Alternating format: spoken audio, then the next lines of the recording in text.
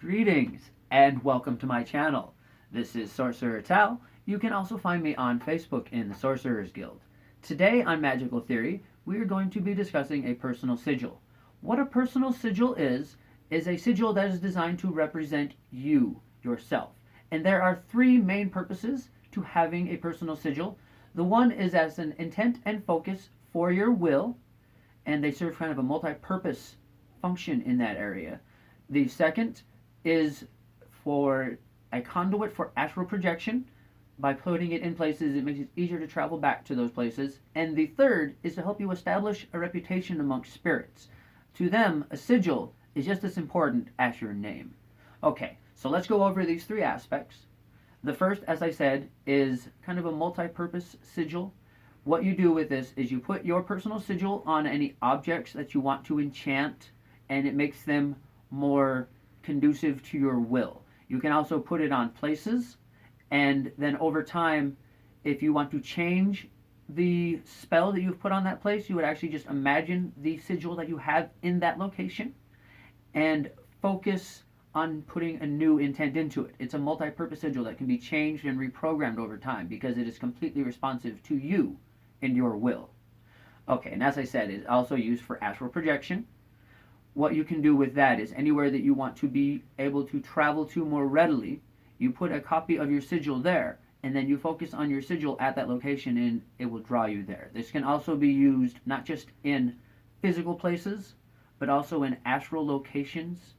Like if you have a specific dreamscape that you have discovered that you like to go to often, you could put a copy of your sigil there and then draw yourself to it in dreams or astral projection. And the third purpose, as I said, is as a reputational thing with spirits. It is very important when you're working with spirits that you want to establish a reputation, and having a personal sigil, just like a spirit does, makes you stick out in their mind. It's like the dog that can talk. You like all dogs, but the one that can talk, you like him a little more, or the one that you know his name. So if you have a sigil and you make the sigil known to the spirits, you stick out in their mind, and it helps establish a reputation so that they remember you. Okay, so before we go, I'm actually going to discuss how to create the sigil. And for demonstration purposes, I will show you how I made mine. So, I started with the word Tau, and I actually, the way mine works, can be used for my daily name as well. It fits my magical name and my personal name. That it doesn't matter what name you use. It matters what name is connected to you. You could use any name that you want or any symbol that you want. You want to be connected to this.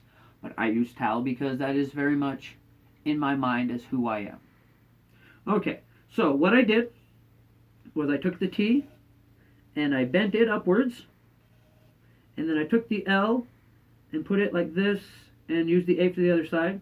So my personal sigil winds up looking like this.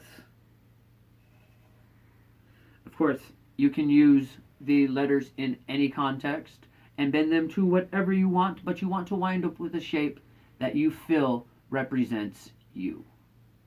Okay, so that's going to be it for today's episode of Magical Theory. Thank you once again for joining us. Don't forget to join us on Friday for another episode of Sorcery in Action. If you have not subscribed to the channel, please take the opportunity to do so now. Until then, bright blessings and an interesting fate. This has been Sorcerer Tal.